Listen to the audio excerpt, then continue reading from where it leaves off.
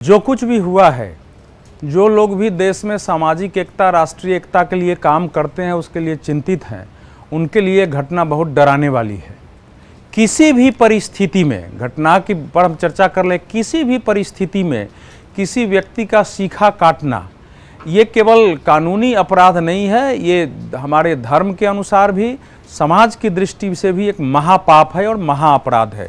कानूनी पहलू इसका है। हमारे देश की समस्या यह है कि जब भी ऐसी घटना घटती है, हम पुलिस प्रशासन के अनुसार या राजनेताओं के बयान के अनुसार विचार करने लगते हैं कि कौन दोषी है, कौन सही है। इसमें ऐसी घटनाओं में कोई संपूर्ण रूप से सही हो, कोई संपूर्ण रूप से दोषी हो, ऐसा नहीं होता है। दोष होता है लेकिन ऐसा नहीं होता है। तो समाज की एकता की चिंता करने वाले, पहले तो मान लीजिए हर दोनों पक्षों की, चाहे वो ब्राह्मण रहे हो, यादव रहे हो, दोनों पक्षों के जो प्रबुद्ध वर्ग हैं, जो एक्टिविस्ट हैं, जो थोड़ा बहुत राजनीति में हैं, तो पहले तो थोड़ा बहुत घी डाला उसमें। अखिलेश यादव जी समाजवादी पार्टी और फिर तेजस्वी यादव ने उसको पेट्रोल डाल दिया और पेट्रोल डाल के आग लगा। उत्तर प्रदेश में पंचायत चुनाव है, फिर बिहार में विधानसभा चुनाव है। किसी भी नेता का दायित्व होता है कि इस ऐसी घटना हो जाए तो उस घटना की सच्चाई जानकर दोनों पक्षों के बीच कैसे सुलह हो, शांति हो, बात करना, पढ़े लिखे लोग जो जाति व्यवस्था को जानते हैं, गलतफहमी दूर कराना ताकि ये आग न फैले।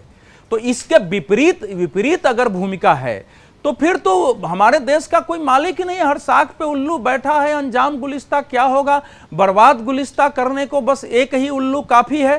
तो ऐसे तो नहीं हो सकता। अब देखिए, वहां आज भी मैं बता रहा हूं, इस देश में, मैं किसी कथावाचक की जाति का नाम है, इस देश में इस समय एक बड़े कथावाचक हैं, जहां देश दुनिया से लोग आते हैं, वो भी पिछड़ी जाति के हैं, वो भी ब्राह्मण लोग प्रणाम करने जाते हैं। इस देश के शीर्ष योग जो ये गुरु माने जाते हैं, जिनको की पूरी लोकप्रियता है, वो भी नहीं है। और आज भी मैं जानता हूं कि कथावाचकों में एक बड़ी संख्या उनको है जिनको आजकल पिछड़ी जाति कहा जाता है। क्योंकि मैं नहीं मानता हूं कि भारतीय अवधारणा में कोई पिछड़ी और अगड़ी जाति थी। ये सारे शब्द अंग्रेजों के दिए हुए हैं। हमारी समाज व्यवस्था वैसी नहीं थी। इसको मैं स्थापित भी कर सकता हूं। और ये केवल महाभारत काल, रामायण काल की बात नहीं है, ये मध्यकाल का भी विषय है और अंग्रेज आए तब तक का भी विषय है कि इस देश में जो राजा थे, उनके राजवंश को जरा एक बार देख लिया जाए कि किन किन जातियों के राजा थे उस समय तक हमारे देश में, तो यह स्थापित हो जाता है। तो एक झूठ देश में फैलाया गया। और यह बात सही है कि आज हमारे पक्ष में जिनको हम सवर्ण कहते हैं, उनमें भी ऐसे लोगों की बड़ी संख्या है जो ऊंच नीच के आधार पर किसी जाति के व्यक्ति के बारे में सोचते और आचरण करते हैं। लेकिन ये केवल उसी में नहीं है जिनको हम पिछड़ी और छोटी जातियां कहते हैं, है नहीं, उनके अंदर भी एक दूसरे के प्रति ये भाव होता है, उनके बीच भी है।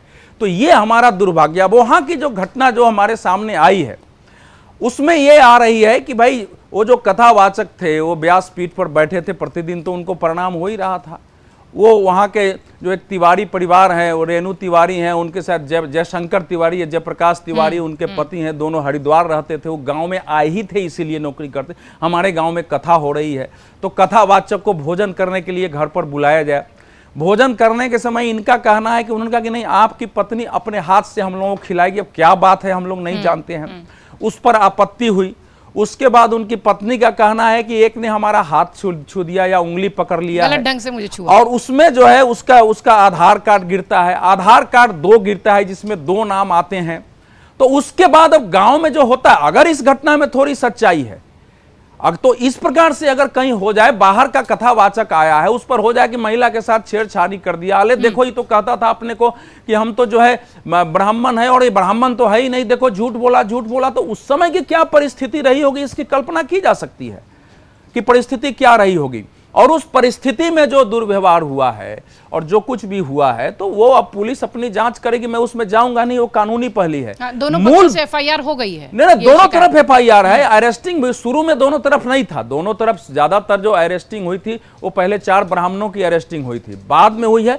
लेकिन ये जो है Yadav regiment, world Yadav council, Yaduvanshi परिषद, ये इतने संगठन सब खड़ा होकर के, यादव सभा, ये सारे जो आग लगाने निकल पड़े हैं इस देश में, हमारे पूरे उत्तर प्रदेश में, ये क्या है? ये अभी तो ना, अभी तक 15 वर्षों से वो कथा कह रहे थे, तो 5 यादव पता नहीं उनके साथ खड़े हुए कि नहीं हुए। एक घटना हो गई है। इस घटना के तह में अब मैं आपको बता रहा हूं, इस देश को समझना चाहिए, जाति भेद, जाति ऊंच नीच गलत है, लेकिन जाति हमारे भारत की ताकत रही है।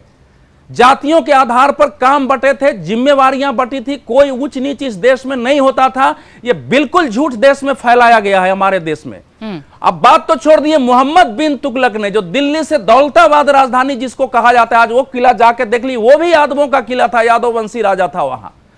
उसके बाद तक, अंग्रेजों के समय तक यादवों के राजा होते थे, जाटों के राजा हैं, गुर्जरों के राजा हैं, मतलब इतने राजा होते थे, और उसको हमने अगड़े पिछड़ों में बांट दिया है। यादव जाति एक महान जाति थी। हमारे भारत में सबसे संपन्न उसको माना जाता था जिसके पास सबसे बढ़िया गौ होती थी। गौ पालन का काम मतलब मिला हुआ था, यादवों के जिम्मे था। आप सोच समझ सकते, कहते हैं कि वो कैसी जाति रही होगी। तो इसी प्रकार से अन्य जातियों के बारे में भी झूठ फैला करके कि गाय मतलब हमारे पूरे अर्थव्यवस्था, जीवन शैली का आधार था। हमारी खेती, हमारा स्वास्थ्य, हमारा जीवन शैली, हमारी पूजा पाठ, सभी आचरण थे। जो लास्ट बात मैं कह रहा हूं कि हमारे यहां जाति के बारे में यह फैलाया गया है कि जंगलों में आदिवासी रहते थे। अरे सारे राजाओं के बच्चे जंगल में जाके पढ़ाई करते थे, तपस्या जंगल में होती थी। तो अगर जंगल इतना ही असभ्य था, जो बताया है अंग्रेजों ने आकर के पढ़ा दिया है, 3 प्रकार की हमारे यहां जीवन शैली थी, ग्राम्य थे, शहरी थे और जंगल जीवन श्रेणी थी। तो इसके कारण जो गलतफहमी है उसको दूर करने की आवश्यकता है। जो कुछ भी हुआ है वहां, उस पर तुरंत जैसे भी हो इस देश के सामाजिक एकता के लोगों को जाना चाहिए। जिन लोगों ने सीखा काटा है उससे कतई सहमति नहीं है। आज अगर हिंदू पहचान की बात हो रही है तो प्राथमिक तौर पर यही है कि लोग अपनी शिखा रखें, किसी जाति के हो, सामने चंदन रखें, उसके वस्त्र करें, उसकी जीवन शैली, और बाद में बात आती है।